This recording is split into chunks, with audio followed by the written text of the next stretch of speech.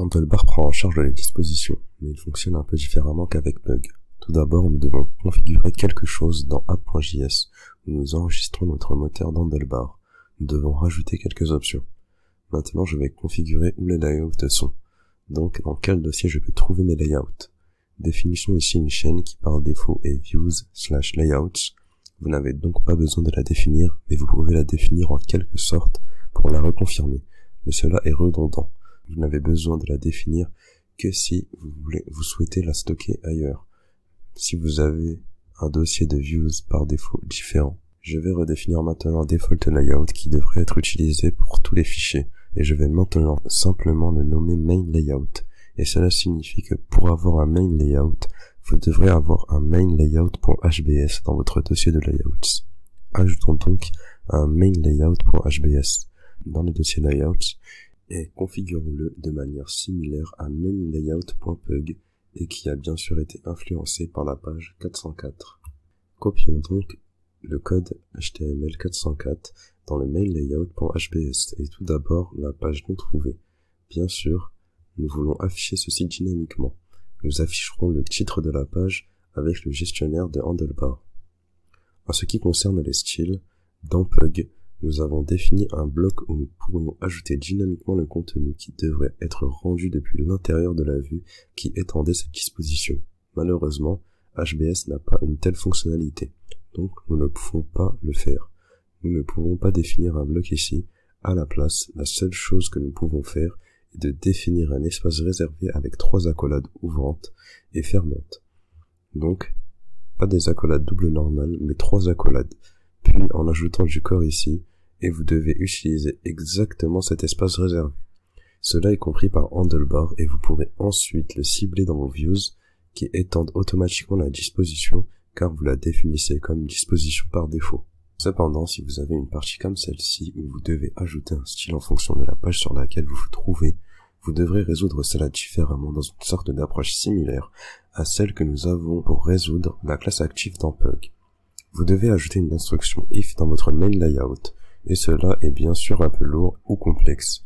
Bien que vous puissiez faire beaucoup plus avec Handlebar, vous pouvez définir des assistants personnalisés qui vous aident avec cela. Mais cela dépasse la portée de ce cours où je veux juste vous donner une brève introduction. Alors laissez-moi vous montrer la façon la plus simple de résoudre ce problème.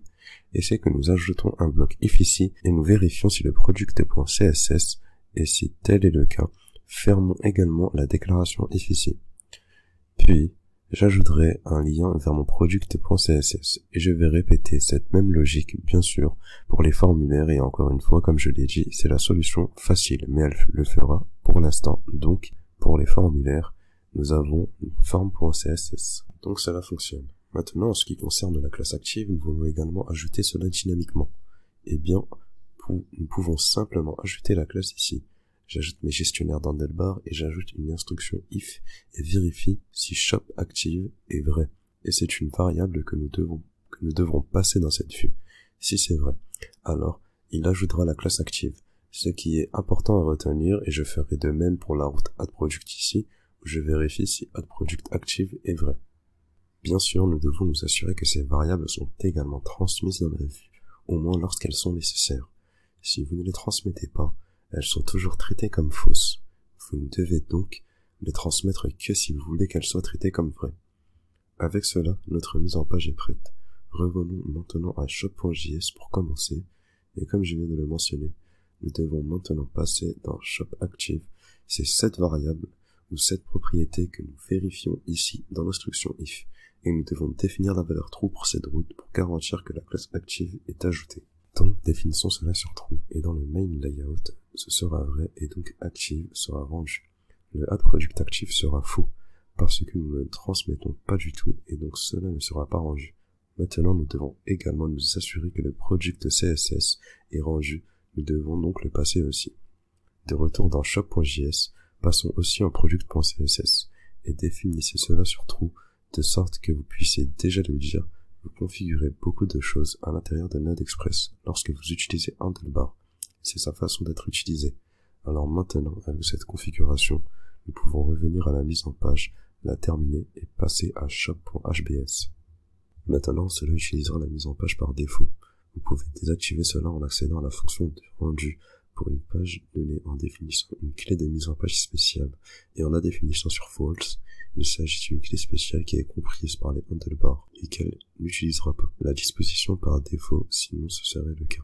Donc, comme il le fera par défaut un shop.hbs, nous pouvons nous débarrasser de tout ce code ici, y compris l'entête, et avoir juste dans ce fichier ce qui devrait être injecté dans notre balise de corps triple accolade dans le main layout. Alors ici, tout ce qui devrait être entré à cet endroit devrait être ajouté à shop.hbs et rien d'autre. Donc, avec cela, si nous enregistrons cela et que nous allons à shop, vous verrez que nous obtenons une erreur et que l'erreur est un peu ennuyeuse pour être honnête avec Handlebar Express. Il cherche le main layout.handlebar. Donc, ça ne prend pas HBS ici et pour une raison quelconque, vous devez explicitement dire à Handlebar de le faire différemment. Vous devez aller dans les options et définir le nom de l'extension qui ne s'applique qu'à la mise en page et non à tous les fichiers. Tout comme cela s'applique à tous les fichiers, mais pas à la mise en page. Vous devez définir ici le nom ext en HBS. C'est vraiment étrange, mais c'est comme cela que fonctionne Handlebar. Alors maintenant, nous mettons également l'extension HBS pour les mises en page. Et si nous rechargeons cette page, nous voyons notre page shop normale. Et avec cela, nous pouvons bien sûr ajouter un produit ici, dans addProduct.hbs, enlever tout, sauf la partie qui doit être rendue à la place de notre corps triple balise de corps acrosime. Et si nous rechargeons, quelque chose manque. Eh bien, certains styles nous manquent et la raison en est que nous avons besoin des formulaires. Et pour cela, cependant, nous devons nous assurer que CSS de forme est défini sur true. Nous avons également besoin de CSS Product. Donc, en admin.js, nous devons nous assurer que lorsque nous avons rendu cette route, nous avons défini les formes.css sur true et product CSS à true. Et que nous devons également obtenir ce lien active dans la navigation que nous avons également défini sur le addProduct active sur true, car le addProduct active est la clé que nous recherchons ici. Avec cela, si nous enregistrions tous les fichiers et que nous rechargeons ici, cela semble mieux. Maintenant, tout fonctionne à nouveau avec Handlebar. Donc, comme vous pouvez le voir, Handlebar utilise une philosophie différente. Certainement quelque chose à laquelle vous devez vous habituer, donc vos modèles sont plus légers. Et il n'y a pas de meilleure ou pire façon de faire cela. C'est vraiment à vous de choisir celle que vous préférez. Maintenant, voyons la troisième option qui est EJS.